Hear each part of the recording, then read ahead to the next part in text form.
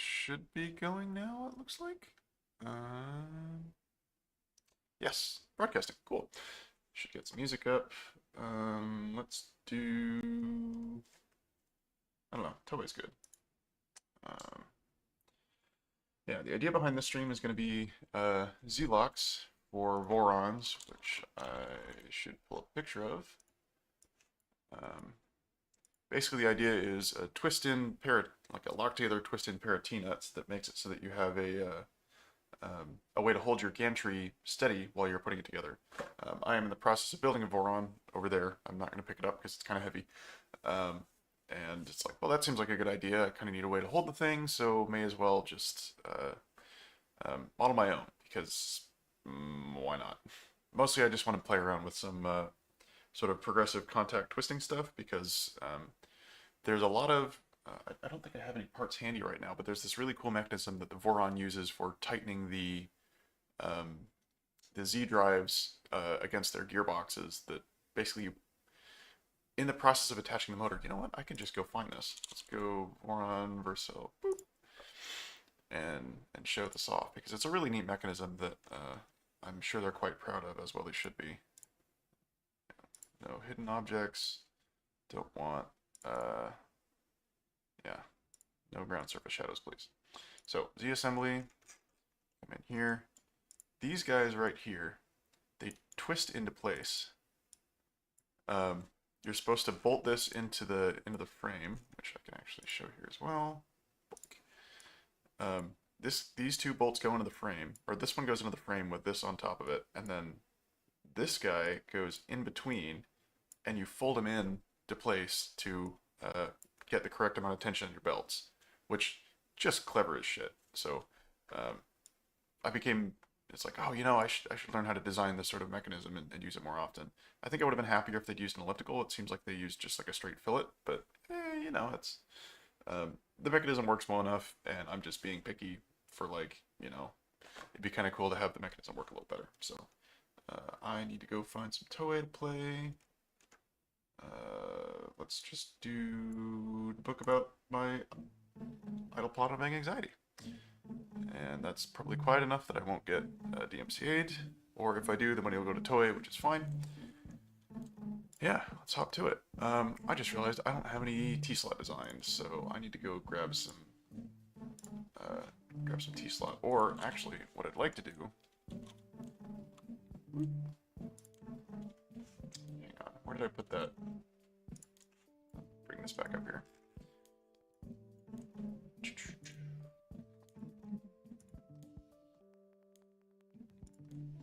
So, what I really ought to do here is see if I can download a model of this. So, section.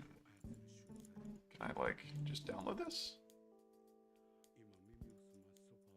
Or on model viewer. It doesn't look like I can just download stuff from this. Focus. Yeah, I don't think I can just download that. Okay, so we're going to take a quick peek at what this section looks like. And it looks like a pretty conventional, I think it's supposed to be Masumi stuff, actually. So I can just go, say, HFSB5.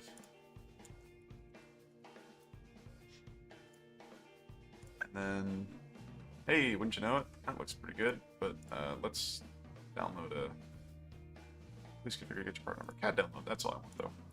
And why not have a, oops, that's gonna go hide over here.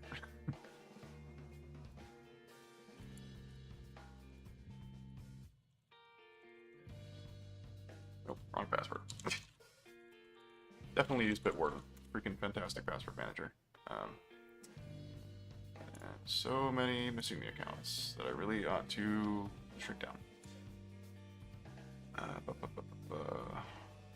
Purpose of the CAD data. I'm not allowed to use this to replicate the parts. Yada yada. 2D and fixed. Oh gosh, I have to freaking configure it first.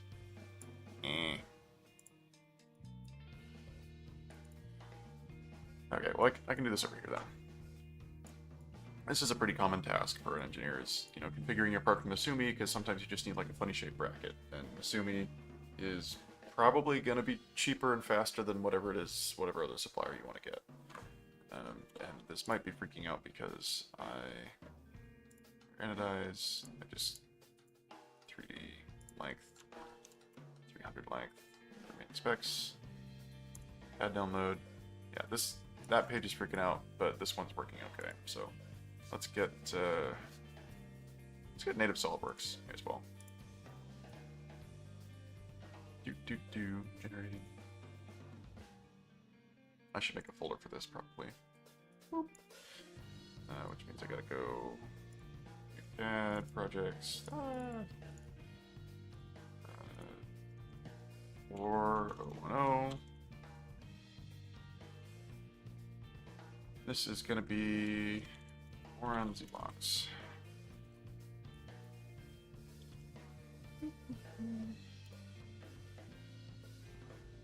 Yeah, lots of work is just, you know, futzing with CAD and moving files around.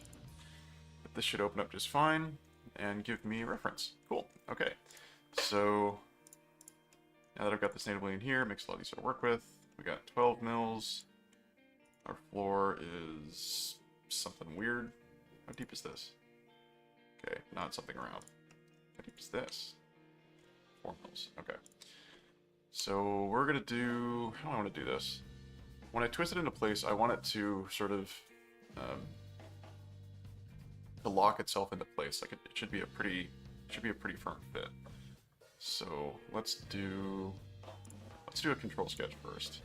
Actually, let's see if I can just sketch, convert, copy. This is a really like silly way to do this. Actually, I'm not gonna discard changes to sketch, but we're gonna go to the front plane. Yeah, there we go. Hang on. So what I did there was a series of really quick things. Just select the face, convert it so that I can have everything as sketch entities. I'm not going to make this into a block, so I can drag it around. And now I can exit sketch, but if I go back into the sketch, this is just a block I can drag around, which is super convenient, because now I can just use it to reference everything else to that, and I'm pretty sure it's going to be right. So I'm going to add a quick line between these two, and it'll be only in context between that, but it allows me to locate this whole thing.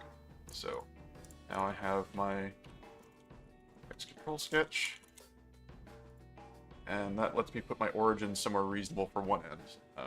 And then I can control based on like how far above the surface to control the length of my spacing, which is, you know, that's the hard number that you want. It's like where are you putting the actual surfaces?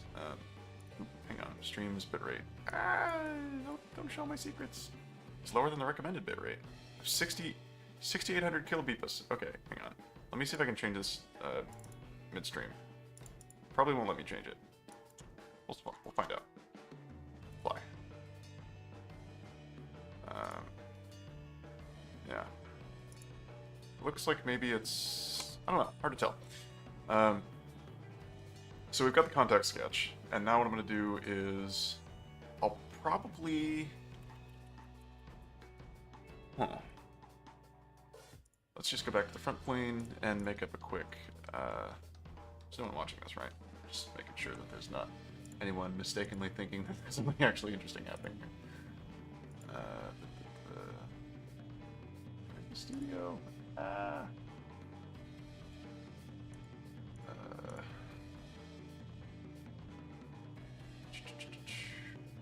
Yeah, it doesn't seem... Oh, go live maybe? Manage? Hey, yeah, there we go. Okay. Yeah, it's still complaining about bitrate, but it's AV1, it's fine. Okay, so let's do... Let's see, how far apart is this? That is 6 mils, okay. I'm going to want that to be pretty close, because I generally trust the exterior dimensions of my printer to get things pretty right.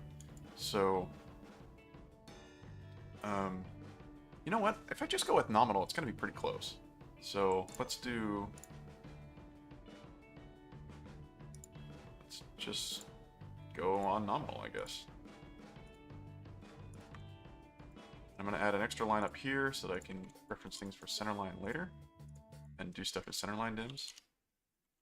Get that guy really tight and those are going to be on nominal, so I don't want to contact down here, so I'll say, you know, give myself 0.3 millimeters, maybe. And I really don't want to contact out here, because that's just going to completely wedge things up. So we'll call that like 0.4. And I need to... It might not let me dimension between these 2 points. Yeah.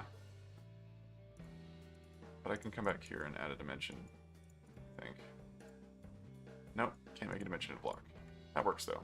So D1 context control sketch, that'll be my sort of clearance. So we'll do extruded in one direction equal to D1. Actually, you know what? I'll use the width. I'll use this overall width. So we'll do D1 at sketch 2. Over 2. And then I need to... Actually, I'll do it as a midplane, and I'll do it the whole thing. So, and that way I can come back here and say, using this same profile, or maybe I'll do it on the. Well, so here's my problem, right? I want to cut it so that it's a progressive lock-in, which means I need to cut. If we come back to the bottom here, I need to cut sort of off-center and arc this way. So I need to create an axis. I think that's what I'll do. Or actually, let's do a top plane sketch. Top plane sketch. And then I will add a point some distance behind and say that's like 0.3 millimeters of progressive lock-in. That sounds about right. And I'll give myself a quick little circle here just as context. Make sure that it's construction and make it tangent so that I have sort of an idea of where my arcs are going to be. I'm going to do the same thing for... Oops. I'm going to do the same thing for the inner surface. So we come down to the bottom view here with Control 6 and make that tangent there. And that tells me where those lines are going to end. And it also gives me some helpful information. Whoops.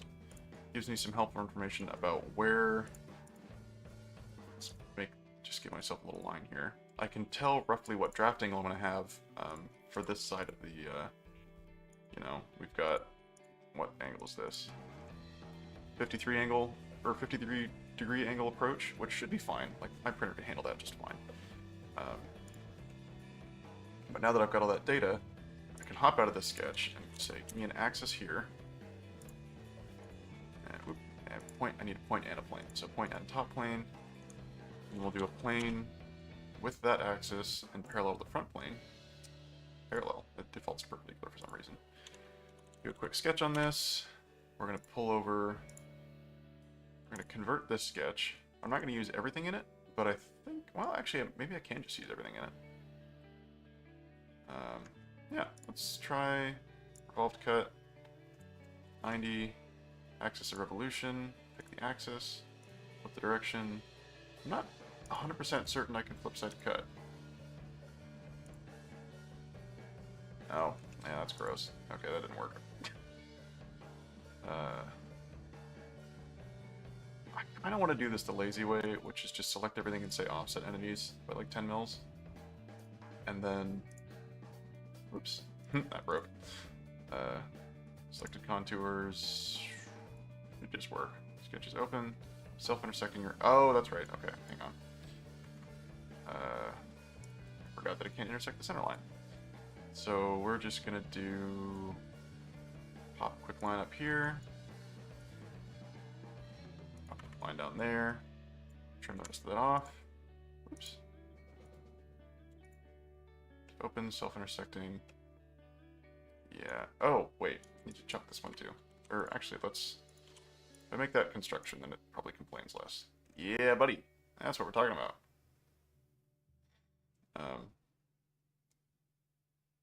Yeah, that actually, I think that looks okay. So now we can do. I was going to do a circular pattern, but that's not going to work because this is the progressive axis. But I also need a front and right plane axis that is the true axis, and then I can do a circular pattern about the true axis of copying that body. Whoops, does that look ugly? And also, it should have merged those.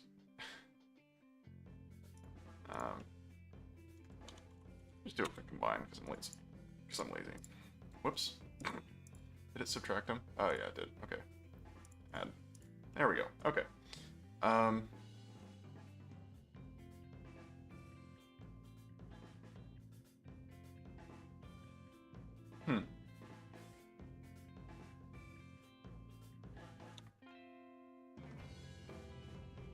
This is messier than I was hoping, and I'm not really sure why. Okay, let's clean some of this up. Hide the axes and the sketches and things. So the axis location sketch, context control sketch. This is normal T-nut shape. This is the progressive rotation cut plane. The progressive rotation cut. This is pattern bodies. Line final bodies. So quickly save this out as the Z-lock, and now we've got our Z-lock file name up there. So let's come back here and say file, or not save as, file, why can't I make assembly from part? Oh, it's because I'm still in the sketch. It's more, let's do file, make assembly from part, millimeter gram seconds, because that's what I'm thinking anyway. Pop that guy in there, float him, the origin and lock. It's funny that they put the origin at the end. I would put it in the center, but that's just me. So now, the assembly, we can insert our Z-lock. Ooh, that guy still has a whole bunch of stuff on it. Quickly poof those. Back to the assembly, and you know what? I kind of don't want this to just be coincident to the origin. I'm going to do the semi-right thing and made it by planes.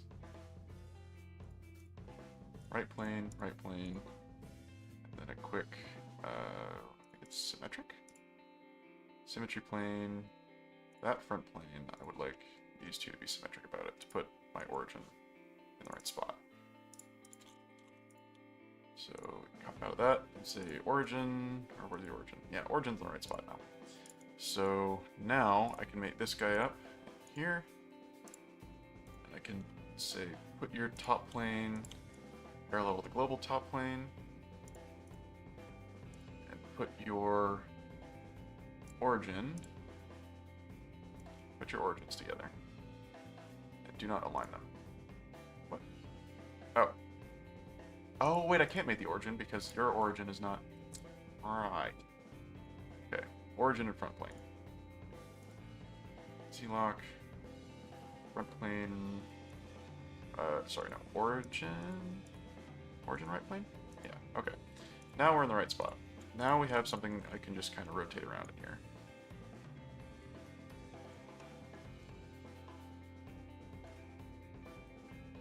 And that's still a progressive contact. So let's do a quick section of the front plane by component, include selected only this guy.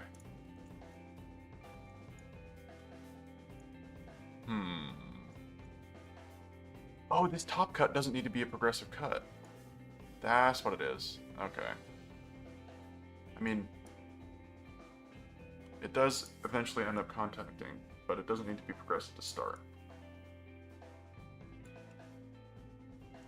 So that's the error I made there. So that means we can come back to the Z-lock and say, when we made this cut, I actually don't want you to do anything up here. So let's drag that out and drag that out, make those coincident. Whoop, something broke.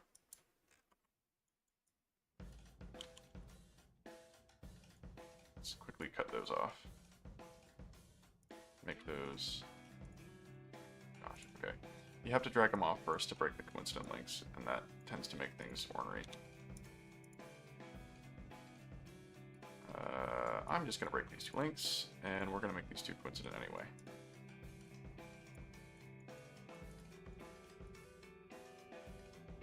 Where's the... there we go, okay. Lines, lines, lines. I think if I can just make these two the same length, it'll stop planing. Yeah, good enough. Okay. And now I just need to add a cut on the true axis, which let's just do a quick front plane cut or a revolve cut, which I can do I think just by going normal, and then yeah, let's do this the lazy way. Make that even revolved cut. Oops, nope, wrong way. Flip that around. Now I move that back. And cut does not intersect the model. Oh, whoops. I was a dummy. Okay. I can't reorder this now. I have to do this in the right order. I have to go back up before I pattern the bodies. And I have to do it on the other side. Whoops. Just drag that out of there because that's roughly where I want to cut. Hypothetically, the safer way to do this is from the top down, which I'm now realizing I should do instead because that's just safer. Come on, top view, please. There's 5. There we go. Top view. Top plane, or we'll just do a cut up here. Cut.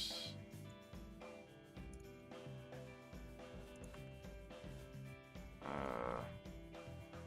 think I can just do this. I mean, because of the way I defined it, I can do that, but otherwise it's not necessarily safe. And I'm going to use keep trimmed as construction to make those constructed because it's just faster. Now we'll do a quick extruded cut. And because it's not everything, because it's not a full sketch, it's complaining. So I have to quickly. I'm just going to do it with explicitly drawn lines because that's safe, even though it's not fast or fun. So extruded cut. Up to surface this one. Now I can come back down here, pattern bodies, and now we have our cuts. So this is going to be hard to print. Like this is just going to come out a little bit crummy. So what I have to do is, well, when I make the extrusion, I'm just going to make it 5.8, like just a square as long as I need it. So it's probably worth going and looking at the Voron again. I think I measured 490 total, and I want to put it roughly in the middle. So 490 minus 20 is 470, over 2 is 235. We'll do a quick extrusion, full width extrusion, and I'm going to have to trim that after the fact, but that's fine. I'll figure that out. This will be 235 millimeters long. And then, ooh, I don't want to merge it yet though, for reasons that I will explain. I'm going to add a plane that references, that sits in the middle of this guy, and then I'm going to do mirror, bodies to mirror, this one, mirror face, the existing plane. Now I have all my bodies in the right place. I think I need to quickly hide this guy, do an extruded cut, convert entities, shift tab to unhide, features, extruded cut, other direction, flip side to cut, only like 20 millimeters. Flare outward by 30 degrees. That's wrong. That's right, you can't do draft outward when you're doing that sort of thing. Can it move feature to itself? Yeah, it's just complaining because I accidentally click and drag. Make that a little more progressive. Yeah, that looks about right. That'll make a nice like clearance thing. And I can also quickly mirror that feature. I think maybe I can just pick the feature and the plane. If I say mirror, it might grab. Yeah, it totally will. Hell yeah. Yeah, there we go. There's some Z-locks. So yeah, I'm just gonna go print like probably a half dozen of these, and don't know exactly how long they'll take, but let's see, how long is that? That was come on, where's the stream duration? I really should be able to just like know where this stuff is by now, but I never can.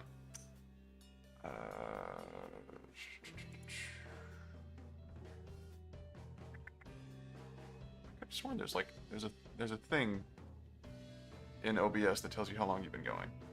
Oh, only 25 minutes. Yeah, that was a pretty quick model. So I'll probably clean this up a little bit just for, you know, making sure that it's good after the fact. This cut extrude here is the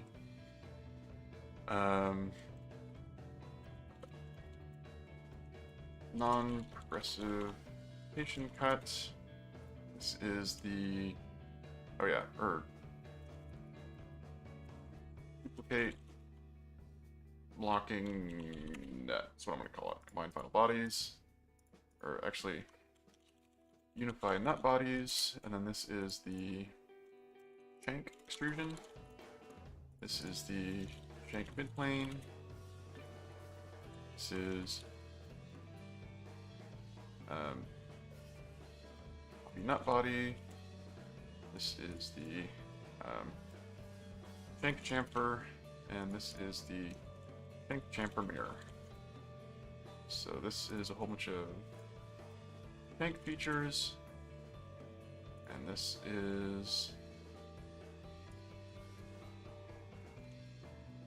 nut shape features. Oh, actually, I guess that's part of that. So, yeah. So now I can come back to this and know exactly, you know, everything that I did. And it occurs to me that I haven't unified the bodies yet. So I need to do a big combine, add, Control A to get everything, pull it all together. Now it's all one big body. I'm kind of debating adding just a little bit of fillet in there, but I think I'm just going to go without and hope for the best. And then, oh, I should add this shank extrusion.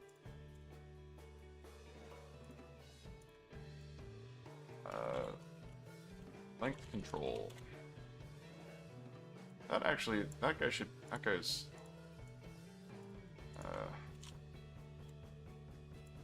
yeah, the length control one is pretty important. So, I got the sub features, by all bodies, and I don't know whether I should just print one of these as a proto. It'll probably be pretty quick, but you know, yeah, pretty pleased with that. I think that'll work just fine. I'm not really going to make any other tweaks. I think it is important to show, I like the draft analysis tool for just, you know, set this to whatever your overhang angle is that you're worried about, and you can tell anything that's not on your bottom surface. So this is my bottom surface when I'm printing. I'm going to have some potential draft issues here, but if I can print, you know, 60 degrees, I can do everything up to there. Set that to 45, and it's like, okay, these are all the areas I'm going to have issues with. I don't know how good my overhangs are at the moment. It's been a little while since I've been running this printer, so yeah, TBD if we're going to be 100% okay. But yeah, it's a good way to abuse the draft analysis tool, honestly. It's since I don't do a lot of like injection molded plastics design, but I do a lot of worrying about printing overhangs. It's super helpful for that. So, whoops, I still have draft on. Turn that off. Yeah. If you're watching this after the fact, thank you for doing so. Yeah, if you have any questions, feel free to leave them in the comments. Have a good morning, afternoon, evening, or night.